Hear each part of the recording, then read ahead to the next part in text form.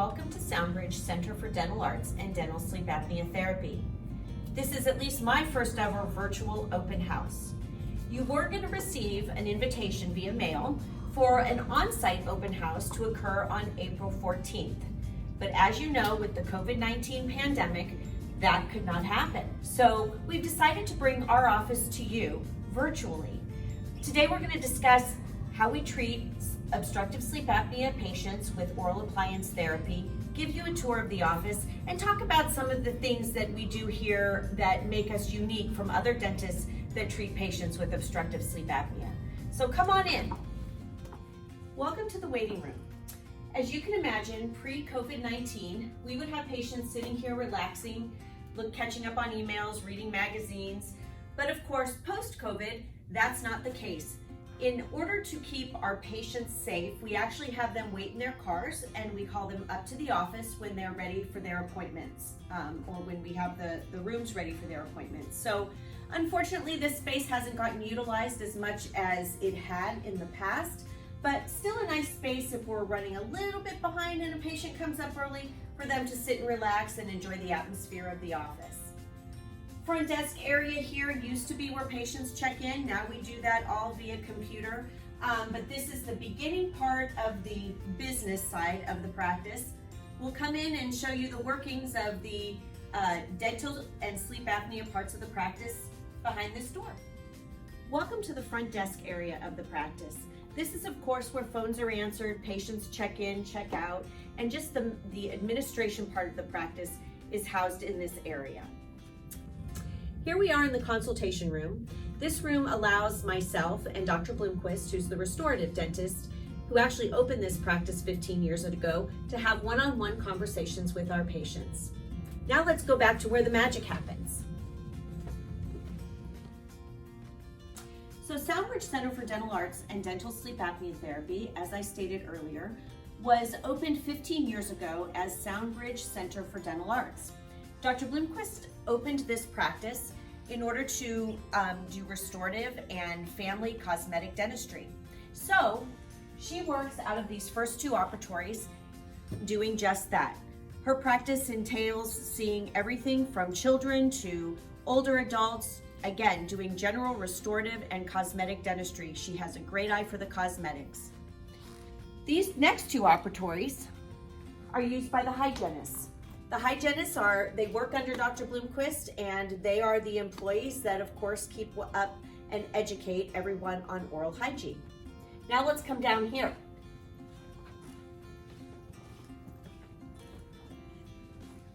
Operatory 5 is where we see our obstructive sleep apnea patients. This is where everything happens. We hold our assessments here, review health histories, sleep histories, do an oral airway evaluation. Everything occurs in this part of the office. Pretty much from here to here is the skeleton of the sleep apnea practice. Come on back here and I'll show you where we all relax. Here's our staff lunchroom, break room, kind of gathering place of the practice. The other thing that's housed in here is our washer and dryer facilities. Particularly important post-COVID-19, we make sure that we wear scrubs and obviously clinic coats, and everything is laundered here in-house so that we're not taking anything home to our families.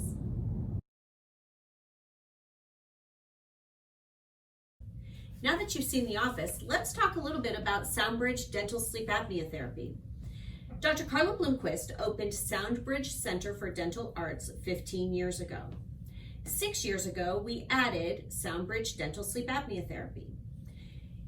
In 2017, I received my diplomate from the American Board of Dental Sleep Medicine in Dental Sleep Apnea Therapy. So what does it mean to be a diplomate? Well, it means a lot. It is a lot of extended education and competency examinations in order to receive that status.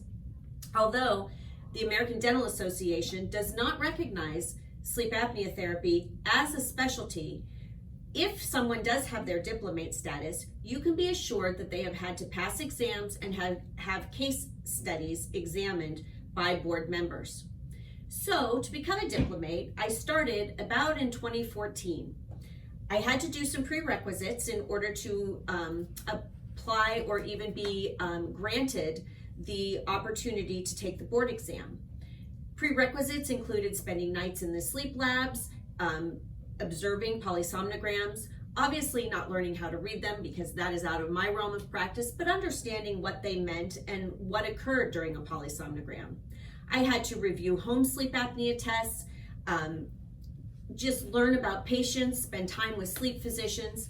Once I was able to complete those prerequisites, I was then granted the permission by the American Board of Dental Sleep Medicine to take a board exam. It was about a 2.5 to 3 hour exam. And once I passed that, I submitted 15 cases that had very specific criteria to the board for their approval that, it signified that I knew and understood obstructive sleep apnea and how to treat patients and screen patients for oral appliance therapy. I am the only person in this area that is a diplomate of the American Board of Dental Sleep Medicine whose practice is 100% committed to treating sleep apnea patients. So what does that mean? Well, I know as myself, if I were a cardiac patient and I needed heart surgery, I probably wouldn't go to a general surgeon. I would want someone who does surgeries on hearts all day, every day. I'm sure you feel the same way. If you have a health issue, you want to go to someone who specializes or whose practice focuses in that area. And that is someone who has a diplomate. And once again, I treat patients with obstructive sleep apnea using oral appliance therapy every day. It is the only type of patients that I treat. So you can be assured that your patients are getting the latest knowledge, the latest techniques when they receive oral appliance therapy. And of course, with that goes conscientious follow-up. On top of that, I am a member of the Spencer Study Club Business Elite. It is a select group of 22 dentists who take pride in treating patients with oral appliance therapy. We keep each other accountable. We keep each other up to date on the latest treatments, the latest trends, what works, what doesn't. So, like I said, it's a mastermind group and we follow each other, we help each other, and we're from all over the country. So we get to see what's happening in different parts of the country with oral appliance therapy, what works, what doesn't work. But again, it is a group of very select dentists who are treating sleep apnea with oral appliances the correct way and making sure that we're very conscientious in staying up with the latest and greatest things that work for our patients.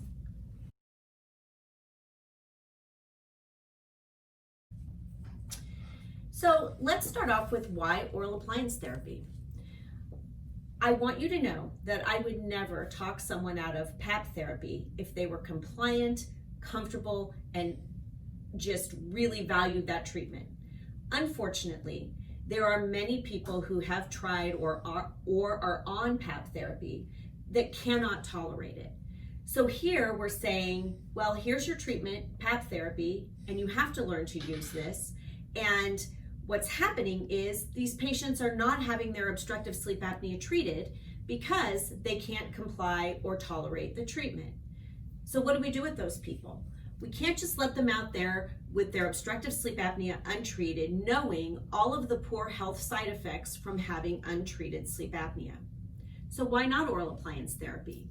Yes, oral appliance therapy may not bring the apnea-hypopnea index down to 0 to 5, although it very well can, and I have been successful in that with many patients. But treatment with oral appliance therapy is considered successful if we cut the AHI, diagnostic AHI, in half and have the AHI below 10. Why is that? Because patients are much more compliant with their oral appliance. So studies have shown that the health benefits of using Cpap therapy part of the time or oral appliance all of the time with an AHI that is cut in half and below 10, those patients have as much benefit, health benefit, as the patients who only use their Cpap part-time. So why not an oral appliance? They're going to use it every night, all night, as opposed to just 4 hours a night or 4 or 5 days a week. The other thing about an oral appliance is that it is very transportable. I have many pilots as patients because they can travel with their appliance. They have to have their sleep apnea treated and they don't want to be carrying a CPAP machine with them. Put their oral appliance in their container and pack it in their suitcase. So again, much more transportable. Patients are more compliant with oral appliances. They're very easy to use, very comfortable.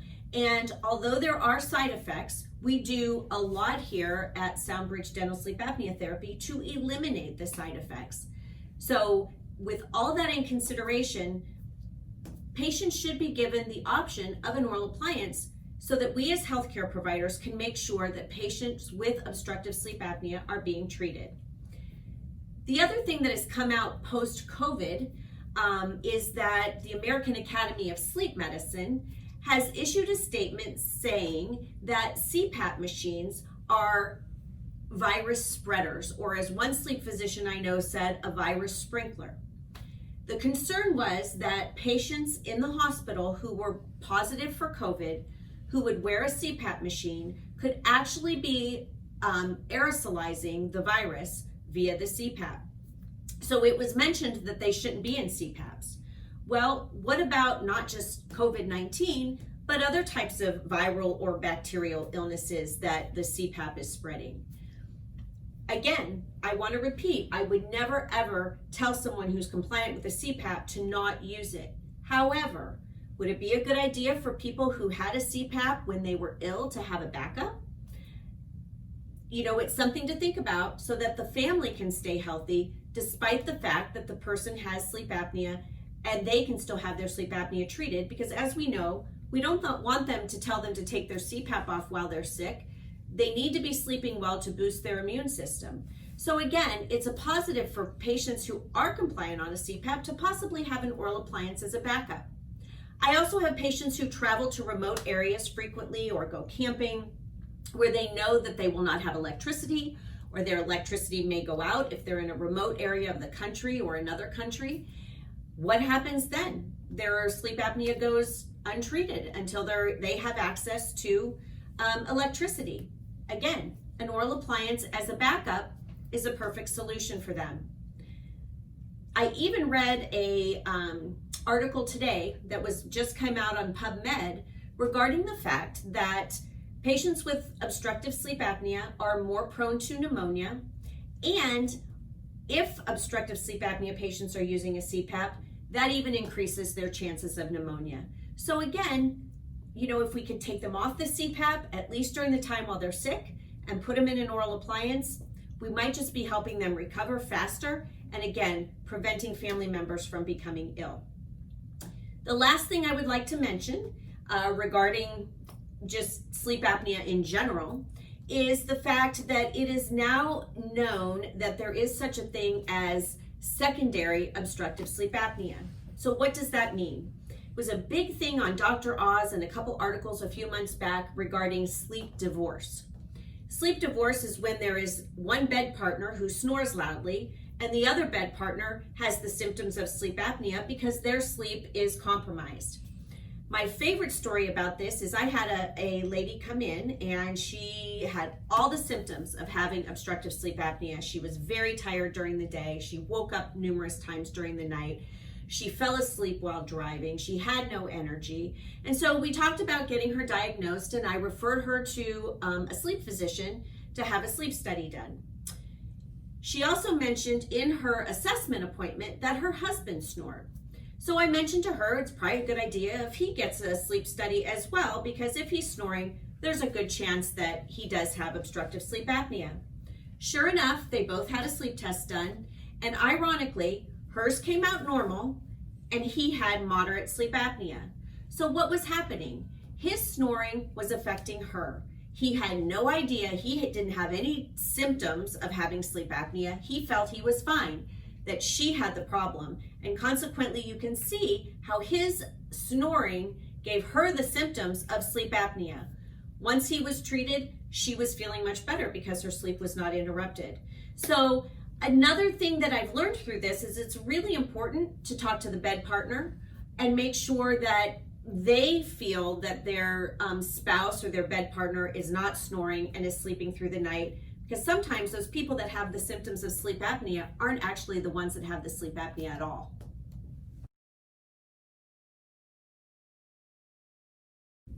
So how do you get a patient to SoundBridge Dental Sleep Apnea Therapy for oral appliances? the first thing you would do is fax over information on your patient. At that point, Victoria, who's my practice coordinator, would contact the patient and get them on the schedule for an initial assessment. The initial assessment consists of an oral airway exam, review of sleep and health history, and discussion of how oral appliance therapy works. There are over 100 designs of oral appliances.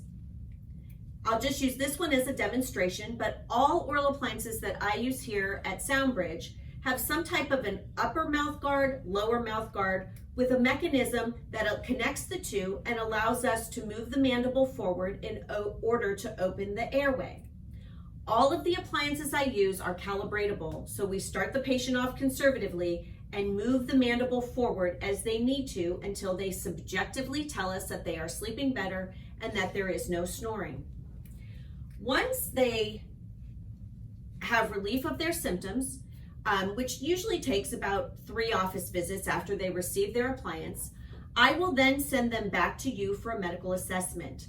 And I know in some cases, physicians like to have a sleep study done with the oral appliance in place to make sure that it is absolutely being effective. I correspond with you via mail, but I always welcome phone calls for questions or conversation regarding mutual patients.